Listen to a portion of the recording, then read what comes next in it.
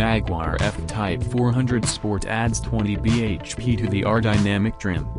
But is it worth the extra £6,000 verdict? Some buyers will find real appeal in the F-Type 400 Sport's combination of limited run exclusivity, shattering pace and that raucous V6 soundtrack. However, it costs nearly £6,000 more than the 375 bhp aerodynamic, which is almost as powerful and, frankly, every bit as fast on UK roads.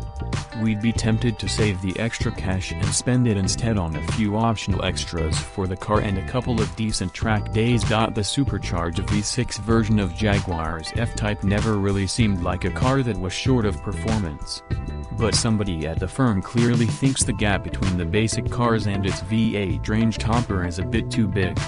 This model, the limited run 400 Sport, sits as a halfway house between the two variants. The 400 Sport will be sold for the 2018 model year only, offering an additional 20 bhp over the 375 bhp aerodynamic model. The chassis gets a mild upgrade, too, with enhanced configurable dynamics and Jaguar's super performance braking system, which brings 380mm discs to the front and 376mm items at the rear. You can spec the car with rear or four-wheel drive, but it's only available with an 8-speed auto box. On the face of it, there's little tangible benefit to the 400 Sport's extra grunt.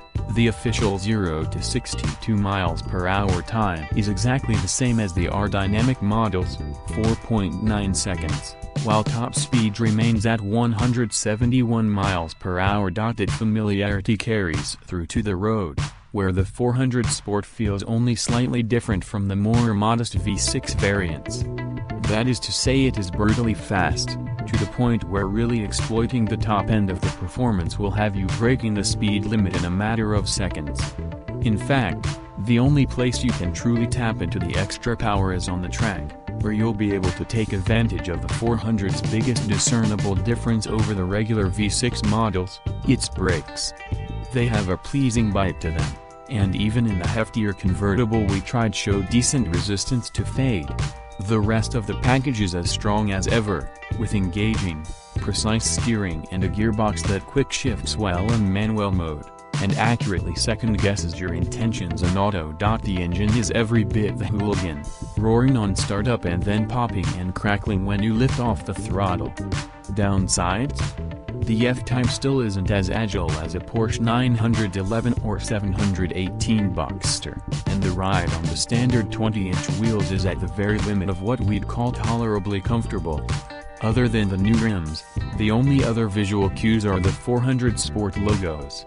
But perhaps the most novel feature is Rerun, a video app designed for track day use. We first tried it on the updated F-Type SVR, but it's now rolling out across the range. And